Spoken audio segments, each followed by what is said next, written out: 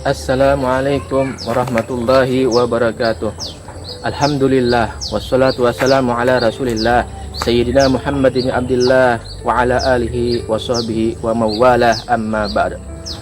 Alhamdulillah, kita panjatkan puji syukur kita kehadirat Allah Subhanahu wa ta'ala, yang mana kita telah menjalani ibadah berpuasa hampir separuh daripada bulan Ramadan. Syahrul Ramadan, Syahrul Rahmah. Bulan Ramadan juga disebut orang dengan bulan yang penuh rahmat dari Allah Subhanahu wa ta'ala. Wa syahrul Ramadan, Syahrul Maghfirah. Dan bulan Ramadan juga disebut dengan bulan penuh keampunan dari Allah Subhanahu wa ta'ala. Wa syahrul Ramadan, Syahrul Tarbiyah. Dan bulan Ramadan juga disebut oleh ulama dengan bulan pendidikan, di mana kita sebulan penuh di bulan Ramadan dididik oleh Allah Subhanahu wa ta'ala agar menjadi insanul muttaqin, manusia-manusia yang bertakwa di hadapan Allah Subhanahu wa ta'ala. Sebagaimana Allah Subhanahu wa ta'ala berfirman di dalam firman-Nya, A'udzubillahi minasyaitonir rajim.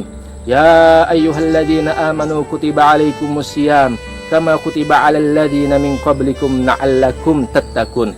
Wahai orang-orang yang beriman, berpuasalah kalian sebagaimana berpuasa orang-orang sebelum kalian, agar kalian menjadi orang-orang yang bertakwa. Al-Imamun Al-Ghazali membagi puasa ini kepada 3 tingkatan. Pertama, shaumul umum, yaitu puasa umum, yaitu puasa yang dilakukan oleh orang-orang yang hanya menahan lapar dan haus saja.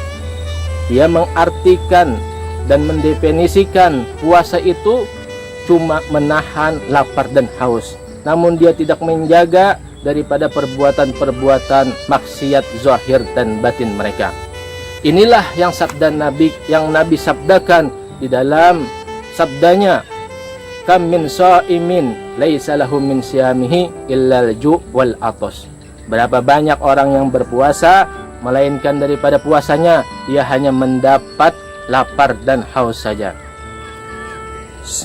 Yang kedua yaitu shaumul khusus, puasa khusus, yaitu puasa yang dilakukan oleh orang-orang yang soleh.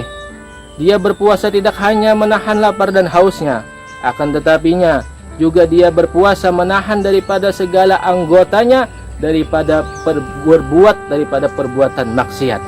Nah, inilah puasa-puasa orang-orang yang nanti di hari kiamat bernilai puasanya di hadapan Allah Subhanahu wa ta'ala. Wa shaumu khususil khusus. Yang ketiga yaitu puasa khususil khusus, yaitu puasa yang dilakukan oleh orang-orang yang tidak hanya menahan lapar dan haus, dan juga tidak hanya daripada menahan daripada perbuatan-perbuatan maksiat zahir dan batinnya, namun juga dia menjaga daripada hati dan pikirannya agar tidak terbisit daripada masiwallah, daripada selain Allah. Apabila di hati dan di pikirannya terlintas daripada selain Allah Subhanahu wa ta'ala, maka puasa mereka dianggap batal. Nah, oleh karena itu di bulan Ramadan ini, ayo kita tingkatkan derajat puasa kita dari derajat puasa shaumul umum kepada shaumul khusus, lebih-lebih lagi kepada shaumul khususil khusus. Derajat yang pertama tidak bernilai di sisi Allah, dan derajat yang kedua yaitu shaumul khusus ini akan bernilai di hadapan Allah Subhanahu wa ta'ala. Kita di era digital, di era milenial, di era medsos ini, banyak kita lihat daripada orang-orang yang berpuasa namun masih mengerjakan daripada kemaksiatan-kemaksiatan zahir yang dilakukannya.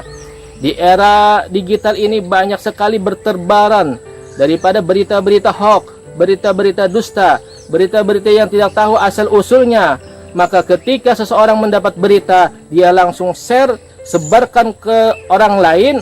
Nah, jikalau berita yang disebarkannya ini adalah beritanya hoax, beritanya itu berita yang dusta, maka berarti dia sama dengan melakukan kemaksiatan zahir padanya. Oleh karena itu Nabi Muhammad SAW bersabda, khamsun yuftirna shaim, al-ghibatu wan namimatu wal kadhibu wal kublatu wal yaminul fajirah. Ada 5 daripada yang membatalkan pahala puasa, yaitu yang pertama, dia melakukan perbuatan dosa ghibah.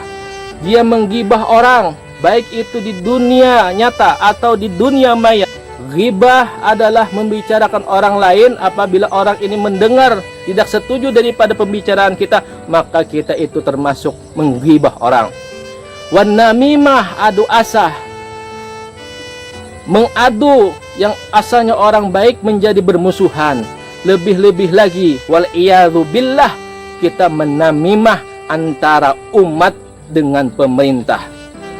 Nah, jikalau kita sering suka mengadu pemerintah dengan rakyatnya, maka ini akan berdampak sosial yang lebih luar biasa.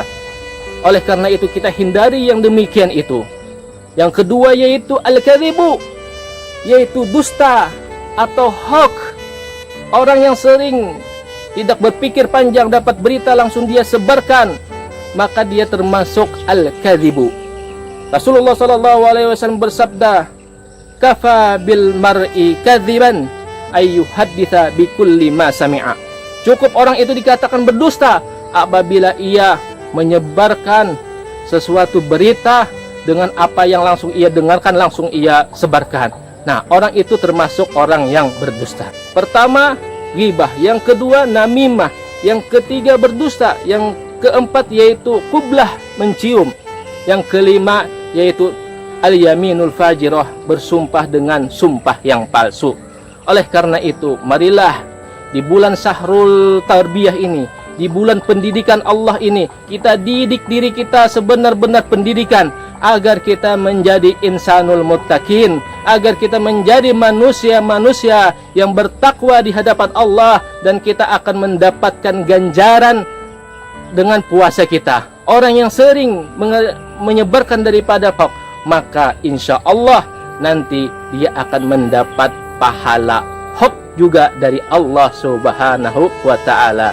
Mudah-mudahan kita diberikan Allah Ta'ala taufik dan hidayah oleh Allah Subhanahu wa ta'ala, agar kita menjalani ibadah kita dengan sebenar-benar keikhlasan, keridhaan, dan benar-benar dengan ketakwaan kepada Allah Subhanahu wa ta'ala. Hadaniyallah wa iyyakum, wallahu muwaffiq ila aqwamit thoriq. Wassalamualaikum warahmatullahi wabarakatuh.